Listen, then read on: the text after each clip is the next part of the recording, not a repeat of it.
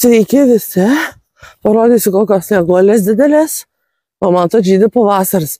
O mes su vyru dabar einam į autobusų stotį ir važiuojam į Kauną. Nu, mes negalim, pasėdim savaitę namie ir vis tiek nors išvažiuojam.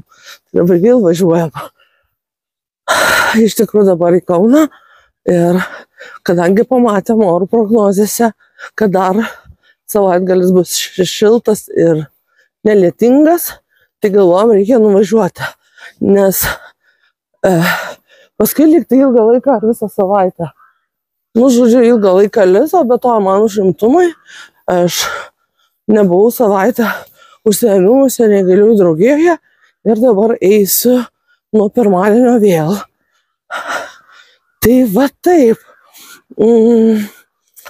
Tai vat. Ir dabar mes dar esam tik netoli nuo namų paėję, palikom kivį, maisto kivį palikom ant šitos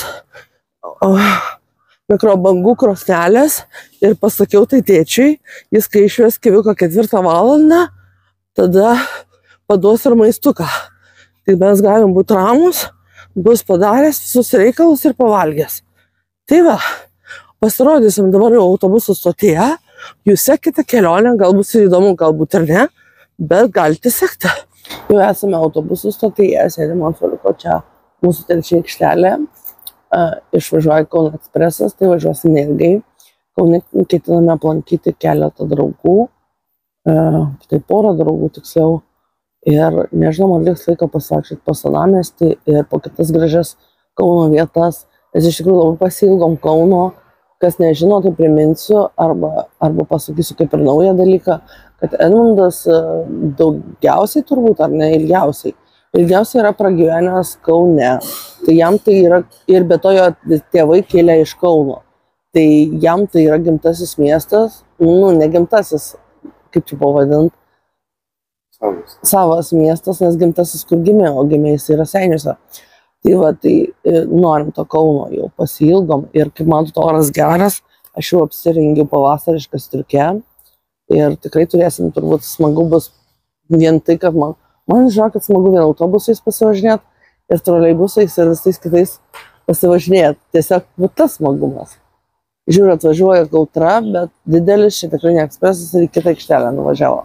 Na tai va, mes čia būsim, gal nueisim, dar į Maksimą laiko turim, tai nusipirksim kažką užkrimsti, nes pusryčių nevalgiam. Ir va taip. Viskas. Mes jau autobuse. Važiuosim tuoj. Mes jau autobusų stoty ir einam. Mes einam. Prie Rimi, ne? Prie Rimi. Čia Rimi parduotuvė, bet kai reikia pirkti labai greitai, nereikia susivėti vietos. Po 9 minučių mums bus autobusas arba troleibusas. Troleibusas nuveš pas pirmą draugę, dėl kurią norime aplankyti šiandien. Važiuojame į Kaniūkus.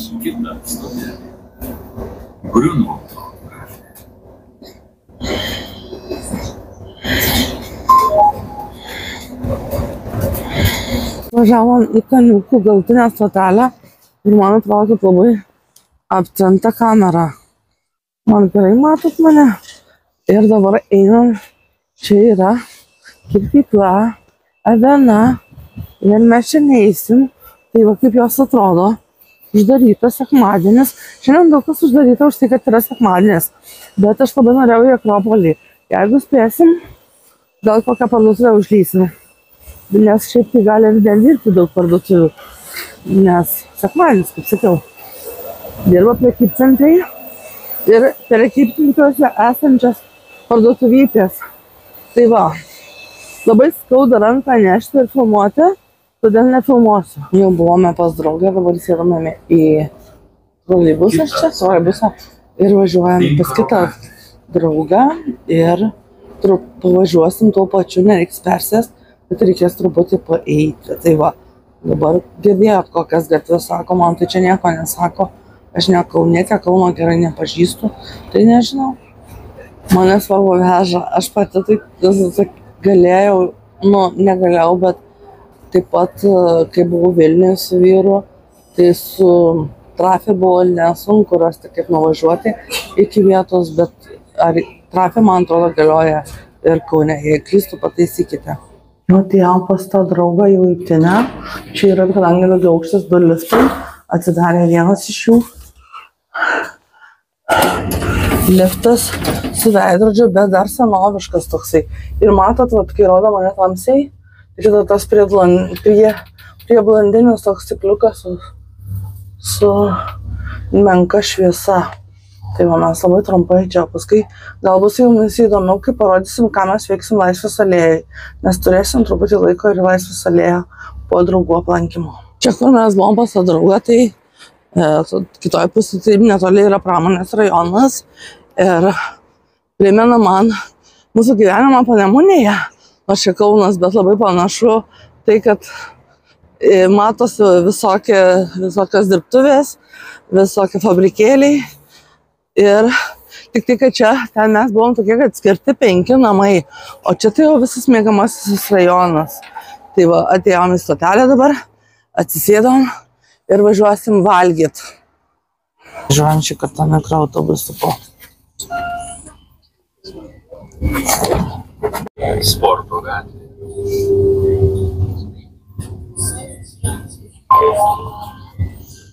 Atvažiavome į stotelę, autobusų stotis ir dabar po žeminę atsinešti perėję einame į kitą pusę į stotį pačią, ne į pačią stotį, į tą kavinę Sotus Vilkas, ne kavinę, valgyklą, kaip Sotus svečias dabar. Buvo Sotus Vilkas, papervadino Sotus svečias, kažkodėl netiko. Tai va, eisiu ir žinokit, aš nusprendžiau, kad aš nevalgysiu, nes aš tikrai nenoriu valgyti, aš noriu tik gerti. Aš atrodo išgerčiau dar mineralinio, atsigaivinčiau, tada norėčiau kokios nors kavos. Nes dabar nenoriu kavos, dėl to tik tai, kad 2 puodelius išgeriau svečiuose, pas vieną moterį puodelį ir pas kitą puodelį su drauga. Ir dabar jau kavos dėl to nesinori. Tai nors mineralinę, tai reikės nusipirkti. Tai va, mes čia ėjom per požeminę perėją. Kai pamačiau, kad meniu yra silkė marinuota, iš karto užsimaniau ir užsisakiau, tiksliau nusipirkome. O vyras valgė kiaulienos kepsnį su bulvių koše ir burokėlių salotom.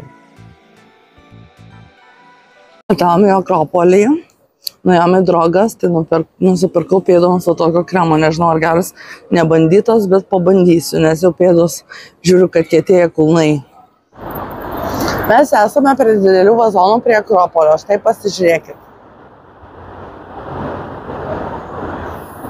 O ten kitoj pusėje yra Žalgirio arena ir kas aš norėjau, kai saulė leidžiasi, kaip matote, jau į apačią, tai jau leidžiasi. O mes dabar dar biškį pasidėsim, nes aš labai uždusau ir tada eisim į Laisvės alėją pasivaikščiot. Vis tiek spėsim parvažiuoti bent paskutiniu į Alytų.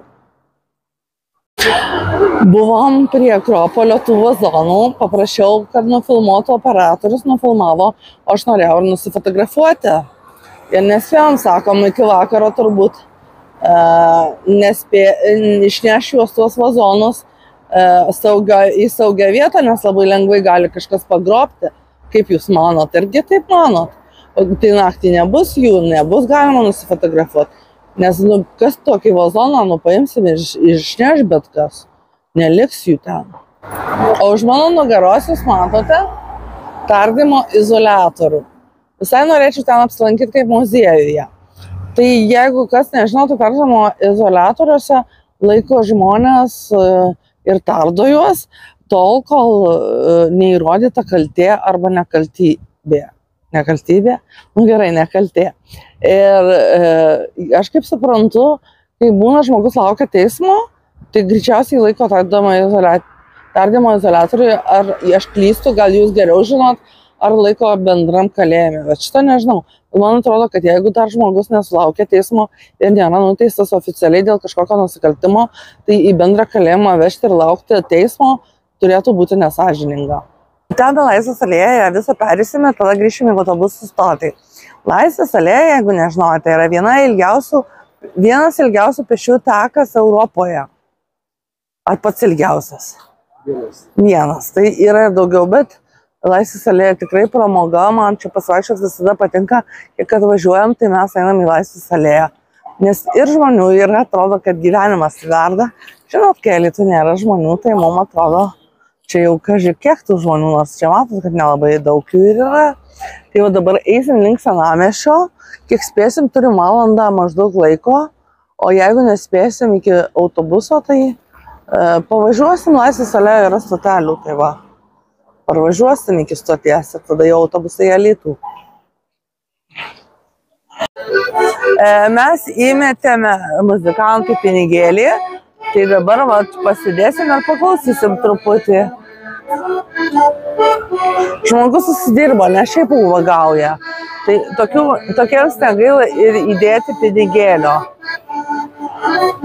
Ir čia man panašu, kad čia ne akordeonas, o harmonika. Taip, Edmundai.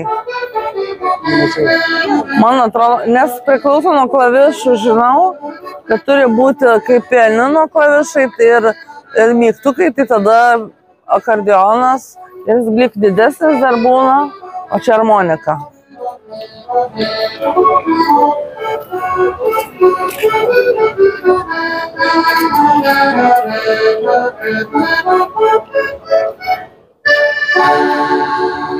Ir taip ir pabaig.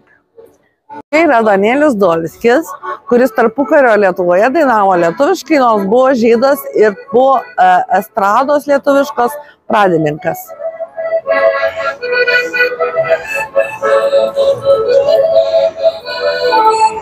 Atėjom jaunimo tokią kavinę, aš ją vadinu jaunimo, nes daugiausiai jaunų žmonių būna. Tai vadinasi Vero Cafe ir aš geriu matcha latte, o vyras geria juodą kavą. Aplinka labai maloni, man čia užėjo nerimas truputį, tai aš priguliau, kad būtų lengviau ir viską susitvarkysiu. Laisvės alėjoje tikrai koncertai, o dabar groja žydišką muziką.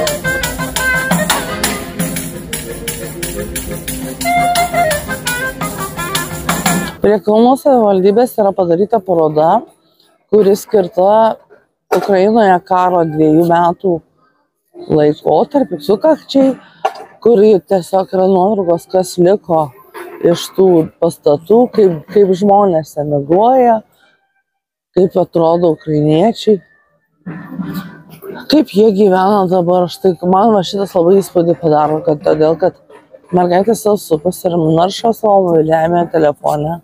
O balkonai sprogdinė, balkonai tiesiog sugriauti namai, prie sugriauto, pusiau sugriauto namo. Jinai kažkur čia gyvena, aiškiai labai pavojingai zonoje.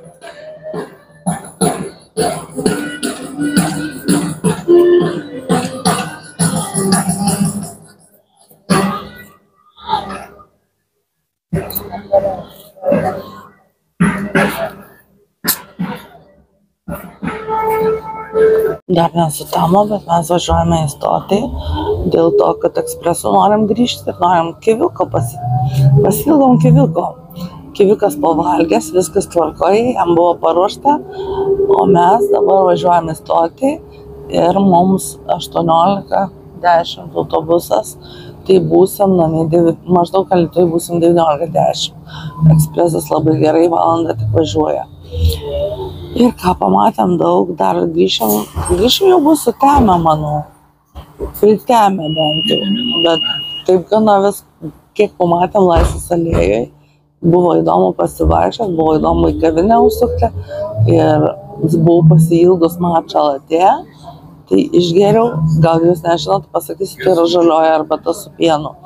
Tai va, tai labai skanu, mėgstu šią ir greitai bus vlogas išleistas, nes tikrai daug filmavau Kaune, o tikėjausi, kad daug nefilmuosiu. Tai va, tai viskas bus gerai. Ir greitai. vlogus. Žinau, kad jūs labai laukiat vlogų.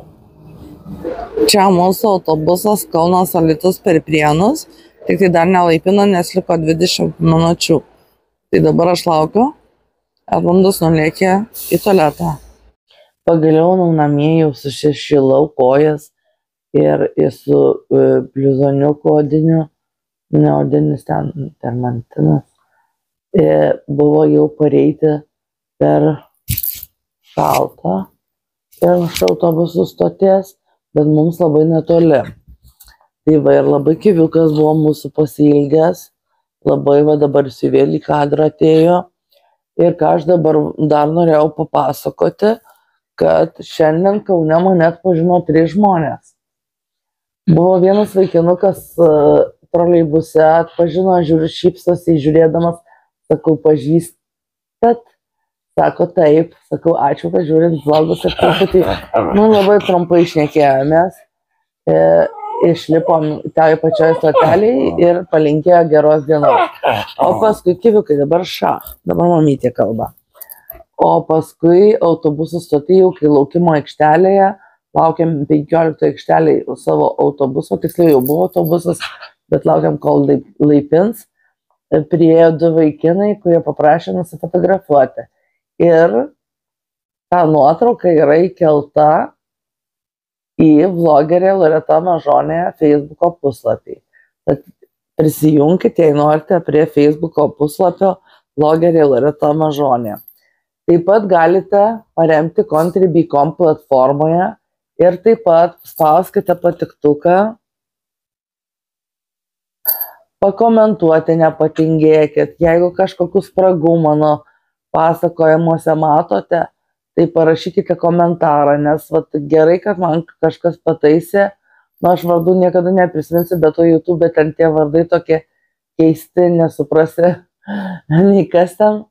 Tai, kad pakeičiau numerius, nes buvau padarius klaidų vlogų numeriuose. Ir taip pat, kas dar, prenumeruokite mano kanalą. Ate!